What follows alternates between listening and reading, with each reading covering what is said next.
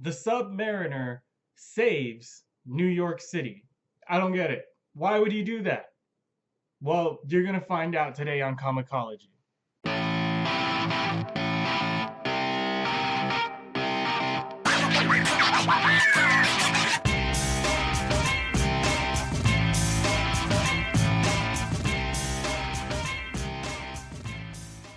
Well, we're more than halfway done with the Human Torch Namor whole thing, and it's really starting to show.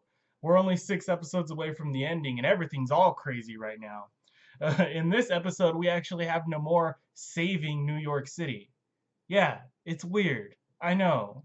Here, I was thinking Namor was a real bastard. I really liked the guy. Now I'm rethinking everything.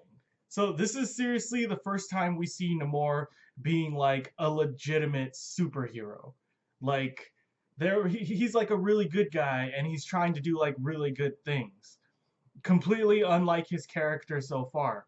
Like it's not even like when he was in the Navy and he was commanding the Navy, that was different. At that point he was being like a warrior. He was being like a soldier. But here he is being a straight legitimate superhero. He even has a costume. Well, actually, the issue doesn't really start that way. At first, Namor really has to like prove himself to the human race because they don't trust him. Because, I mean, let's be 100% honest. The last time he was in New York City, he messed things up really badly. So let's get into it. The Submariner begins with him and his crew hoisting the hostage vessel from the previous issue into a safe port, and then setting out themselves to return to the Ice Palace. Namor speaks to the king and asks for permission to return to New York on a philanthropic mission. The king gives his blessing, but again, like before, he reminds Namor that his mother won't be very happy about it. When Namor makes it to New York, the police almost immediately discover him. This starts a citywide manhunt to capture the Submariner because they don't yet know why he has changed. The Submariner puts up a good fight, but ultimately falls unconscious at the might of a chloroformed sponge.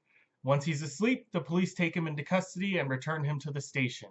Yeah, no, I think the Submariner is a pretty tough guy.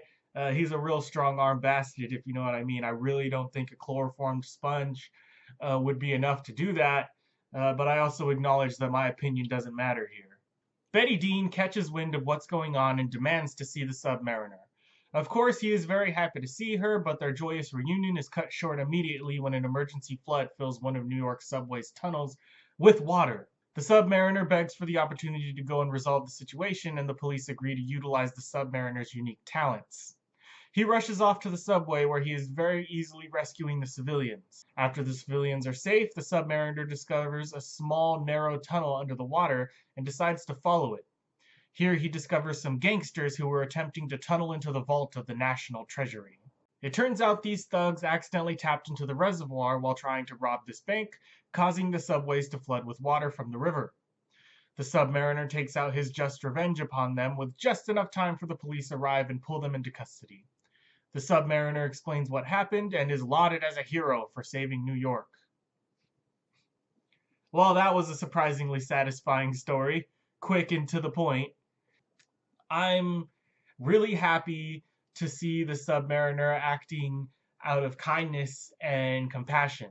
Um, he's actually smiling in this issue, which is cool, and people are actually supportive of him, which is also cool. Watching his look of joy at being reunited with his love, Betty Dean, just warms my cold, dead heart. But of course, it's not gonna last. Tragedy would return to the life of the Submariner as early as the next issue, in which New York City decides to try him for his crimes. I know, it's a shame, and it's unfair, and it's not good writing, but you have to understand that's kind of what the story is. That's kind of what this whole thing is about. It's a fundamental clashing of the forces of nature. Namor was always destined to have a tragic ending, no matter what. No matter what happened, it was always going to end badly for him because that was his birthright. By birthright, he is against humanity. That's just it. That's just who he is. Which makes it all the more painful to see him in this brief moment of happiness, knowing that it's just going to end terribly. But that's what makes this issue so cool. It represents a short, happy moment in the Submariner's life, and that's really entertaining. And it's really rare, and it deserves to be appreciated. So that's it for this issue. I hope you guys like this. If you want to read more comics with me, just go ahead and subscribe or whatever. I mean, do whatever you want. It's your life. I don't control you. Anyway, I'll see y'all in the next one. It's going to be a sad one. See you there.